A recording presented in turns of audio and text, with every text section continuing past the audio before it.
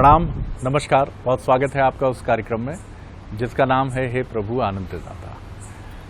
आज इस कार्यक्रम में हम जिस विषय पर बात कर रहे हैं वो बहुत महत्वपूर्ण विषय है।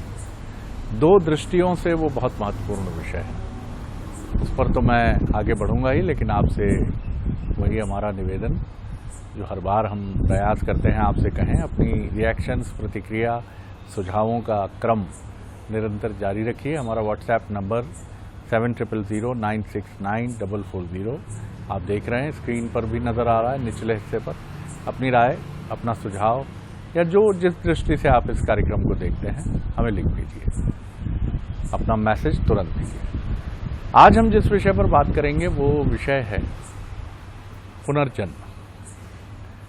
पुनर्जन्म के दो परिप्रेक्ष्य हैं। अंग्रेजी में पुनर्जन्म को रीइंकार्नेशन कहा जाता है। पुनर्जन्म व्यक्ति का एक तो सनातन परंपरा या पश्चिम में भी देखें तो क्रिश्चियनिटी में भी इसकी मान्यता से इनकार नहीं किया गया है। लेकिन पुनर्जन्म का यही अर्थ नहीं है कि रीबर्थ है, एक बार इस धरती पर आने के बाद उसी प्राणी का किसी और स्थान पर किसी और नाम से जन्म हुआ है। पुनर्जन्म वो भी है जो हम इसी जन्म में अपनी पुरानी स्मृतियों को, अपने पुराने व्यक्तित्व को, जिसमें हमें तथाकथित खामियां या संतोष नज़र आता है, उसको हम छोड़ते हैं और फिर हम अपने को एक नए स्वरूप में देखते हैं और नए स्वरूप के साथ जीवन में आगे बढ़ते हैं। ये भी पुनर्जन्म है।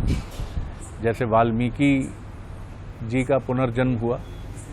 एक वाल्मीकि कुख्यात डकैत हैं जिनका काम लूटपाट से चलता है और घर भी उनका इसी कुख्यात और डरावने काम से घर चलता है। और एक वाल्मीकि वो हैं जो विद्वता से भरे हैं। विश्वामित्र जी के बारे में भी यही कहा जाता है कि एक विश्वामित्र वो हैं जो वशिष्ठ जी को लेकर प्रतिस्पर्धा से भरे हैं, और एक विश्वामित्र वो भी हैं जो इस निरर्थकता को समझते हैं।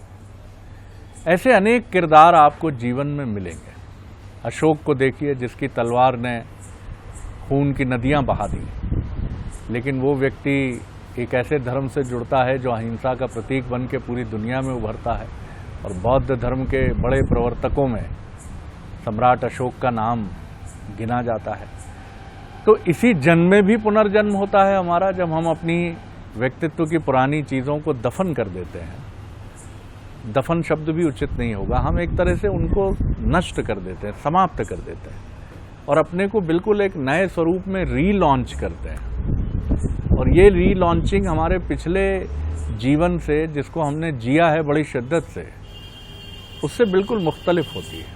अक्सर आप और हम घर परिवार में भी सुनते हैं कि पहले इनको बहुत व्यसन थे, तमाम तरह के व्यसन ये करते थे, लेकिन अब इनको कुछ पसंद नहीं है।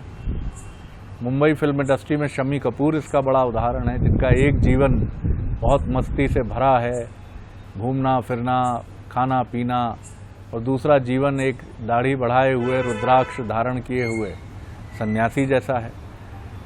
और एक पुनर्जन्म वो है जिसकी गाथाएं हम अक्सर सुनते हैं और जिसको वैज्ञानिक तौर पर भी काफ़ी शोध और अनुसंधान के जरिए, जिसका विश्लेषण, मनन, चिंतन आज भी आधुनिक विज्ञान कर रहा है।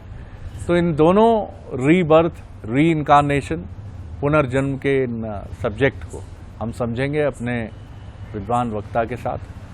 हमारे साथ हैं मानस मर्मज्ञ, भगवत गीता के अध्येता प्रोफेसर डॉक्टर सुरेंद्र बिहारी गोस्वामी। प्रणाम कर रहा हूँ गोस्वामी जी। आपकी विवेचना में आपने इस विषय के लिए संभाषण करने में जो हमारे पास समय की अल्पता है, जिस पर आपके पास अनेक लोगों के निवेदन भी आते रहते हैं कि इसका समय बढ़ाएं, तो मेरे उस संकोच को आपने संतुष्ट कर दिया, क्योंकि आपने उसके एक पहलू को बड़ा सुस्पष्ट कर दिया जी। तो हम आपके द्वारा उठाए हुए उसी पहलू पर चिंतन करते हैं कि हमें पुनर्जन्म के लिए शरीर छोड़ने की ज़रूरत नहीं है। ये पुनर्जन्म को सही शाब्दिक व्यवस्थित कर देता है। सबसे पहले हम पुनर्जन्म की प्रक्रिया को पुरातन वर्णित प्रक्रियाओं में यदि हम देख लें तो ये सुंदर मनुष्य तन हमको मिलता है संसार में आने के बाद। और जब ये मनुष्य तन मिलता है तो नाना प्रकार के आमोद प्रमोद सुख सुविधाओं का उपयोग करके फिर हम इस देह का त्याग कर देते हैं। ये देह जीर्ण होकर, दुर्घटनाग्रस्त होकर, रोगग्रस्त होकर के त्यागना पड़ता है। तो ये शरीर जैसे ही हम त्यागते हैं वैसी फलश्रुतियाँ हमारे साथ आ जाती हैं, और जैसी हमारी भावना रहती है, शुभ कर्म, शुभाशुभ कर्म रहते हैं, उसके अनुरूप हमको उसके प्रतिफल स्वरूप जो है जीवन प्राप्त हो जाता है। मनुष्य जीवन का प्राप्त होना किसी भी आत्मा की दिव्य यात्रा का अंतिम पड़ाव होता है, अपने स्वरूप में, मूल स्वरूप में मिल जाने के लिए। इसलिए हर व्यक्ति सोचता है कि वो एक बार मनुष्य बन जाए। तो वो जब नाना प्रकार की योनियों में अपने कर्म फल को भोगता हुआ मनुष्य जीवन में आता है, तो मनुष्य जीवन में मनुष्य जीवन को 3 भागों में विभक्त कर सकते हो आप जी। जन्म, जीवन और पुनर्जन्म। जन्म पैदा होता है, जन्म पैदा होने के बाद जो कुछ भी वो यात्रा करता है वो उसका जीवन कहलाता है। ठीक बात है। जीवन का अंतिम लक्ष्य मृत्यु होती है। वो यात्रा क्यों कर रहा है? मृत्यु के लिए। किसकी मृत्यु के लिए? शरीर की मृत्यु के लिए।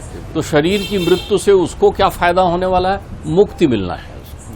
तो यदि उसकी जीवन की यात्रा का उद्देश्य, शरीर का उद्देश्य मृत्यु है, तो आत्मा का उद्देश्य मुक्ति उसको मिलती है कि नहीं, यही जीवन की फलश्रुति है। बहुत अच्छा, बहुत बढ़िया, बहुत सरल शब्दों में। इस शरीर को जो है चलना है तो जाना है तो कहाँ जाना है? तो शरीर का अंत क्या है? मृत्यु। शरीर की मृत्यु हो गई, लेकिन अभी हमारी आत्मा का अंत नहीं हुआ। आत्मा को इसी मृत्यु की अवधि में, अर्थात इसी जीवन में मुक्ति चाहिए। अब जब आत्मा को मुक्ति भी मिल जाए और शरीर की मृत्यु भी ना हो जाए तो उसे पुनर्जन्म कहते हैं। यानी जीते जी जब आपकी मृत्यु भी ना हो और आपको मुक्ति मिल जाए तो वो पुनर्जन्म कहलाता है। आप समझ, बहुत सुंदर बात। अब आप वैज्ञानिक ढंग से समझने का प्रयत्न करेंगे, क्योंकि हमारे वेद ने विज्ञान को बहुत अच्छे से समझाया है।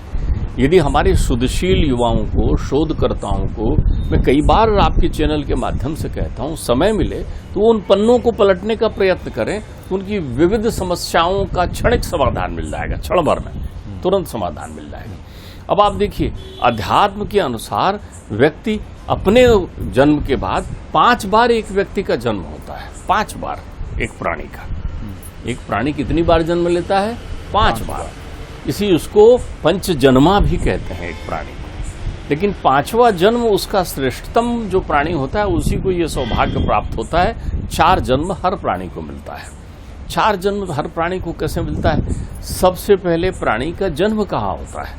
जब ऊपर भोर लोक से भूलोक में वो यात्रा करता है और ऊपर से प्राणी अपने पुण्यों के फलश्रुति प्राप्त करने के बाद जब गिरता है तो बादलों में ओस की बूंदों की तरह गिरकर कहीं हरियाली में सिमट करके अन्न जन इत्यादि इत्यादि रूपों में बन जाता है। वो स्वरूप ले लेता है, जो किसी भी श्रेष्ठ पुरुष के, सामान्य पुरुष के खाद्य पदार्थ के माध्यम से उसके शरीर में जाकर सबसे पहली बार उसके वीर्य में अपना जन्म लेता है।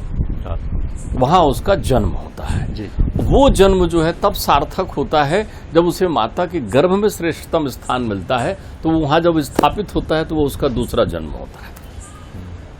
वो उसका दूसरा जन्म हो गया। दूसरे जन्म के बाद वो संसार में उत्पन्न होता है, प्रकट होता है, जिसको हम पैदा होना कहते हैं कि आपके घर संतान पैदा हुई। वो उसका तीसरा जन्म होता है। जब तीसरा जन्म हो गया तो क्या क्या होता है? एक बड़ी सुंदर सूत्र है, जन्मना जायते शूद्रा संस्कारे द्विजोच्युता।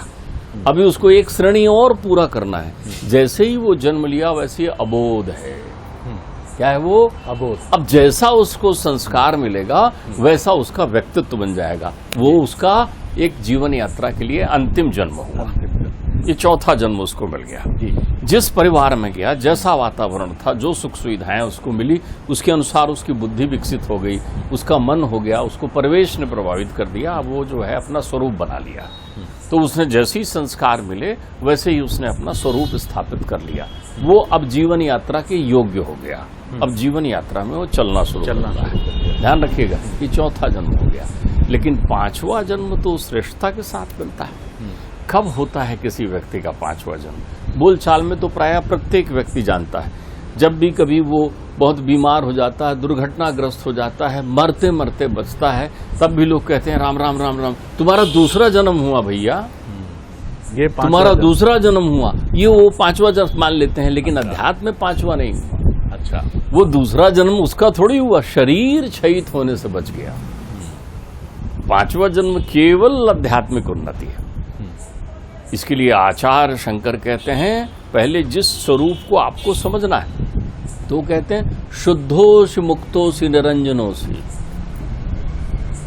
तू स्वयं शुद्ध है, ये अशुद्ध शरीर में आया है। तू मलमूत्र के भंडार में बैठा हुआ मलमूत्र विहीन है, शुद्धोसि मुक्तोसि, तू तो परम मुक्त है, तुझे कौन बांध सकता है। निरंजनो, सुंदर बात। तेरे अंतर चित्त में किसी प्रकार का दुख नहीं है, न तेरे पास योग का सुख है, न तेरे पास भोग का दुख है, तो निर्विकार है। और संसार माया परवर जो इसी माया की पट्टी बांध लिया है, तो संसार में बैठा हुआ है, बावलों की तरह घूम रहा है, इधर उधर मटक रहा है। जैसे कठपुतली को कोई नचाते हैं, वैसे ही तू नाच रहा है। किसी श्रेष्ठ नृत्यांगना की तरह माया तुझे नृत्य कर रही है। तो कब जागेगा? संसार स्वप्नम तज मोह निद्रा मदाल सावाचा विचार हेवा। तो वो संसार स्वप्नम, देखिए नींद में आप सोए हुए हैं, नींद में आप सोए हुए हैं और आप स्वप्न देख रहे हैं। तो आपका स्वप्न कब टूटता है? जब जाग जाते हैं। जब जाग जाते हैं तो पुनर्जन्म कब होता है? जब माया के स्वप्न से आप जाग जाते हैं, तब आपका पुनर्जन्म हो जाता है, तब आपको नया जीवन मिल गया, तब आपकी सोच। तो माया के से जागने में सबसे बड़ी अड़चन कौन है? आपका अहंकार। जब आप अहम से विरक्त हो जाते हैं, ये अहंकार टूट जाता है। अहंकार ही भ्रम उत्पन्न करता है आपके जीवन में। और जब तक आपके पास अहंकार होगा, देखिए अहंकार को बहुत सारे लोग जो हैं, जो बोलचाल में उपयोग करते हैं, उसको घमंड मान लेते हैं, गर्व मान लेते हैं। आप नहीं समझ रहे हैं, महतत्व का टूट जाना, अहंकार, ये मैं खत्म हो जाता है। तब फिर आपकी जात पात वर्ण व्यवस्था, ऊंच नीच, रंग रूप, अच्छा मीठा खट्टा खारा, सबसे मुक्त हो जाते हैं। इसको इस रूप में भी समझें क्या कि अहम का टूटना भी पुनर्जन्म है? वो ही पुनर्जन्म है, वो भी नहीं, वो ही पुनर्जन्म है। वाह! अहम किसका होता है? हाँ। अहम आपके शरीर का है। आपने शरीर से अपने भिन्न स्वरूप को आत्मसात कर लिया, आपका पुनर्जन्म हो चुका। अब आप नए जन्म में प्राप्त हो गए। तो ये नया जन्म किसके लिए? वो जन्म किसके लिए था? जीवन के लिए। वो जीवन किसके लिए था? संसार माया के लिए। कर्तव्य करते हुए आप संसार का सुख ले रहे थे, तब आपके जीवन में सुख था। लेकिन ये पुनर्जन्म आनंद के लिए। ठीक बात, ये पुनर्जन्म आनंद के लिए। ध्यान रखिएगा, मन की 4 दशाएं होती हैं। मन को यदि हम वैसे विभाजित करना चाहें तो मन की 4 दशाएं होती है। एक दशा मन के अनुसार कार्य के होने के बाद आपकी अनुभूति क्या कहलाती? सुख। सुख मन के अनुसार हो, तो आपके मन के अनुसार हो गया, तो आपको जो अनुभूति मिली वो सुख है। मन के प्रतिकूल दुख, प्रतिकूल दुख हो गया। अब आपने यदि कहीं किसी को मन के अपने अंतर मन से उदारता पूर्वक किसी को सुख दे दिया या किसी का दुख बांट लिया, तो आप प्रसन्न हो जाते हैं। आपकी एक अवस्था और होती है मन की, आनंद के पहले की, आप प्रसन्न होने लगे हैं। आप तो आपके चेहरे में मुस्कुराहट खिलखिलाहट के साथ आने लगती है। लेकिन जब मन इन सारे से मुक्त हो जाता है, निर्विकार हो जाता है, तब मन में आनंद का प्रकाट्य होता है। और पुनर्जन्म आनंद के लिए होता है, क्योंकि आनंद ही ब्रह्म है। आप ध्यान रखिएगा, पुनर्जन्म केवल आनंद के लिए होता है। तो जब आपके जीवन में आनंद प्राप्त हो जाए, अब आप देखिए तुलसी के जीवन में दुख है। संसार के हर व्यक्ति का एक बार पुनर्जन्म का अवसर आता है, ध्यान रखिएगा। हर बार कहीं मन फटता है, हर बार कहीं ठोकर लगती है, हर बार कहीं अहम टूटता है, हर बार कहीं न कहीं वो माया की पट्टी खिसक जाती है। क्षमा चाहूंगा गोस्वामी जी, लेकिन कई अभागे ऐसे होते हैं कि जो मन टूटने के बाद भी पुनर्जन्म की तरफ नहीं बढ़ पाते। देखिए, आपने उसके लिए शब्द भी उपयोग कर लिया। आपके उसमें वो शब्द भी है। यहाँ सौभाग्य और अभाग्य यही है, तो वो अभागे ही हैं, तो वो 84 के लिए दौड़ते हैं फिर वो चूक जाते हैं ना। फिर वो मन की चौथी और आनंदपूर्ण अवस्था को नहीं प्राप्त कर पाते। फिर वो सुख दुख होते हैं। बहुत सारे लोग दुख में अनवरत प्राप्त करना चाहते हैं सुख को, वो सुख जो रहता नहीं।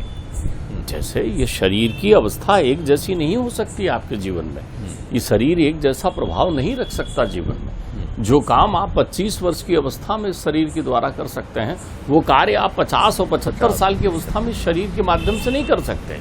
तो आपको वहां पहुंचने के लिए पहुंचते पहुंचते जो है तब भी नींद ना टूटे।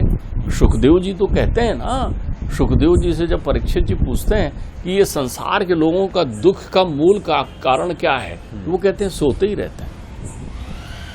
मेरे पिताजी तो बड़ी सुंदर कविता का पाठ करते थे इस समय, मैं गीता से नहीं करूंगा, लेकिन आप उस कविता के भाव समझिए। वो तो कहते हैं मनुष्य सोते ही रहता है, जाग जाए तो पुनर्जन्म हो जाए। कहाँ सोते रहता है? पेट में पोड़े मही में पोड़े, जननी संग पौड़े तो बाल कहा है। पेट में पौड़े, गर्भ में आया तो गर्भ में सो रहा है, उल्टा लटक के भी सो रहा है, लेकिन तब वो इस भाव में रहता है कि एक अवसर दो परमात्मा, अब इस बार तो मेरे को अवसर मिला तो क्या कहना। पेट में पौड़े, जन्म लिया मही में पौड़े, जननी संग पौड़े तो बाल का है। पौड़त पौड़त आई जवानी, पौड़त पौड़त दिन बीते, आई जवानी तिया संग पौड़े। अब गृहस्थी जीवन बस गया। फिर वो कहते हैं पौड़त पौड़त दिन बीते, चिता में पौड़न के दिन आए। चिता में भी पौड़ा है, पौड़ना उत्तर प्रदेशी शब्द है। क्या कर रहे दद्दा? पौड़ रहे, पौड़ रहे मतलब सो रहे। उनने कहा भैया खाओ और पोड़े, खाओ और पोड़े। फिर वो बड़ा सुंदर अर्थ निकालते हैं, पौड़त से तू जाग रे मन, हर की पौड़ी में ध्यान लगा ले। वो कहते हैं उन सीढ़ियों की तरफ तेरा ध्यान नहीं जा रहा है जहां तुझे चढ़ना है। तो बाबा तुलसी बहुत दुखी थे, मां ने त्याग दिया, चुनिया ने त्याग दिया, दासी ने त्याग दिया, संसार ने त्याग दिया। अब दुख से उनकी प्रीति हो गई, और वो जहां जाते हैं दुख में दुख को ही जीवन समझ लिया है। लेकिन फिर जीवन में कृपा होती है, जीवन में कृपा होती है, उनका कवित विवेक जागता है, उनको सानिध्य मिलता है, गुरु का सत्संग मिलता है, आश्रम में रहते हैं। लेकिन तब भी विवाह करते ही हैं, तब भी उनका पुनर्जन्म नहीं हुआ है। तो पुनर्जन्म के लिए सौभाग्य का अवसर कौन दे रहा है? रत्नावली। पुनर्जन्म के लिए रास्ता कौन दे रहा है? वो जो उनके गुरुवर का पता बता रहा है, हनुमान जी का, वहां मिलेंगे। पुनर्जन्म में क्या हो रहा है? प्रकाट्य आनंद का चित्रकूट के घाट पर उनको मिल गया। अब उनका पुनर्जन्म हो गया। पुनर्जन्म हो गया तो आनंद का प्रकाट हो गया, आनंद का प्रकाट हो गया तो घर घर उन्होंने भेज दिया ना आनंद अपना। अब वो रखा ही है आपके घर में, तो वो तो पुनर्जन्म होने का, प्राप्त करने का साधन रखा है ना आपके पास में। तो पुनर्जन्म कहाँ से मिल सकता है? या आप संसार की माया में डूबे रहें और ठोकर लगे और आप जागें, तब ईश्वर की कृपा से आपकी आत्मा में इतना बल हो, मन में इतना विश्वास हो कि उस ठोकर के बाद उबर सके। कहीं ऐसा ना हो वो ठोकर आपकी लीला ही समाप्त कर दे, आप उदासीन होकर के अपने आप को, नश्वर काया को नष्ट कर दें। लेकिन उसमें जो चितेरा जागता है, उसमें जो उड़ जाता है, वो फिर आचार्य शंकर होता है, वो फिर विवेकानंद होता है, वो फिर बाबा तुलसी होता है, वो फिर तुकाराम होता है, वो फिर नामदेव होता है। इतनी बड़ी प्रक्रिया है। शबरी को कितना बड़ा सौभाग्य मिला। आपने कहा ना नहीं जागते थे, ऐसा कौन होगा? राजा की लड़की है, राजा की, और इतनी लाडली लड़की है कि हमेशा पर्दे में रखा है। राजा ने सारी सुख सुविधाएं दे रखी है, उसका विवाह कर रहे हैं। विवाह में पशुओं की बलि दी जानी है। किसकी दी जानी है? पशुओं। उसे ये पसंद नहीं, उसने कहा ये मेरे प्रिय हैं, इनको मैं रोजीना चारा खिलाती हूँ, घुमाती हूँ, देखती हूँ, आप इनकी बलि दोगे? रुष्ट होके घर छोड़ देती है। मुझे ऐसे संसार में नहीं रहना जो निर्दयी है। तो दयावान कौन है? पहुंचती है जंगलों में, संतों के बीच, वो कहते हैं दयावान एक ही है, करुणा निधान। वो आएंगे, वो तुझे मिलेंगे। जन्म हो गया उसका। तो पुनर्जन्म का अर्थ ही है कि आप शुद्धों से मुक्तों से हो जाए। आप फिर बंधन में ना रहें, फिर संसार आपको लुभाए ना, फिर चमत्कार आपको आकर्षित ना करे, फिर रूठने बनाने की झंझट से आप फुर्सत हो जाएं। फिर आप जो हैं जड़ भरत की तरह जीवन में रहते रहे। जड़ भरत ने तो वास्तव में कई जन्म लिए। ध्यान रखिए, जड़ भरत का जीवन, ऋषभदेव, चक्रवर्ती सम्राट ऋषभदेव के पुत्र हैं भरत, तपस्या कर रहे हैं, मृग तृष्णा में आसक्त हो जाते हैं, मृग के उसमें, तो दूसरा जन्म मृग का मिलता है। देखिए आप पहुंच रहे हैं, आपकी स्मृतियां भी आपको लौटाती हैं। रोज आप देखिए ना, आपकी स्मृतियों में आप जब भी बेचैन रहते हैं, आप उसका कारण संसार से जोड़ लेते हैं। आज उसने, कई बार ऐसा होता है आप चिड़चिड़ाने लगते हैं अचानक, कई बार ऐसा होता है नींद से उड़ जाते हैं आप अचानक, कई बार ऐसा हो जाता है कि आपको सब कुछ ठीक होते हुए भी बेचैनी लगने लगती है। ये आपके अंदर का आंदोलन है, ये आपके भीतर चल रहा है, आप उसकी अनुभूति नहीं कर पाते। हमने कई बार बात की है कि बाहर की तो दूर तक की बातें कान में सुनाई पड़ती, भीतर का कोलाहल आप सुन नहीं पाते। भीतर में आंदोलन चल रहा है, कोलाहल, जाग जा, क्यों? तुझे जो है मुक्त होना है। तो आदमी मृत्यु के बाद मुक्त होने की प्रतीक्षा में सारे प्रकार के संसार के कर्म करता है, लेकिन वो उस विधा को भूल जाता है जिस विधा में इतनी सहजता से मार्ग है कि तुम इसी संसार में रहकर, इसी घर में रहकर, उन्हीं परिवार में रहकर, उन्हीं काम क्रोध लोभ मद मोह के बीच रहकर भी आप मुक्त हो सकते हो और आप एक नया जीवन प्राप्त कर सकते हो जब आप ये अहमता को छोड़ दें। आप समझ जाएं कि मैं शरीर नहीं हूं, ये शरीर माध्यम है। सबसे सुंदर बात देखिए इसमें ये है कि एक बहुत अच्छा मंत्र मिला है, अगर आपने बहुत ठहर के सुना होगा अब तक इस चर्चा को। गोस्वामी जी का कहना है कि शंकराचार्य जी ने जो बात कही है कि शुद्ध होना ही मुक्त होना है। आप और हम अक्सर नाना प्रकार की विधियों का पालन करते हैं मुक्त होने के लिए। मुक्ति का अर्थ ये नहीं है कि संसार को छोड़ के कहीं उड़ जाना, ईश्वर की शरण में जाके बैठ जाना।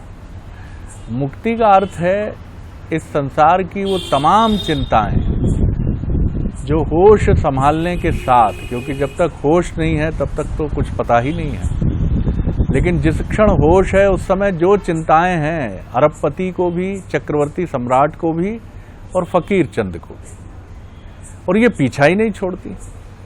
स्वांग हम कितना करते हैं, परवाह नहीं है, ये नहीं है, वो नहीं है, आडंबर भी करते हैं, नाना प्रकार की विधियों का पालन करते हैं, डेयरिंग दिखने के लिए बड़ा बड़ा दुस्साहस करते हैं।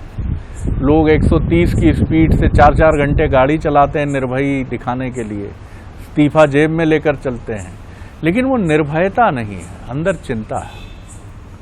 और देखिए कितनी सुंदर व्याख्या मुझे ये भी लगी कि आपके मन के अनुसार हो तो सुख हो गया, मन के अनुसार ना हो तो दुख हो गया। आप अगर इस संसार के लिए कुछ करने में समर्थ हो गए तो प्रसन्नता आ गई। उसको चाहिए थे, शरद जी को 1.5 लाख की जरूरत थी, घर वर बना रहे थे, संयोग से था, मैंने दे दिया, अच्छा लड़का है, दे दिया, ठीक।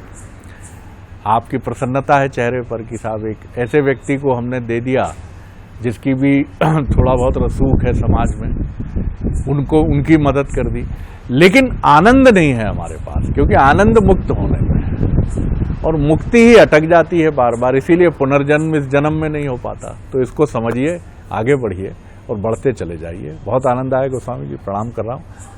अगले एपिसोड में एक और विषय लेकर फिर उपस्थित होंगे। प्रणाम।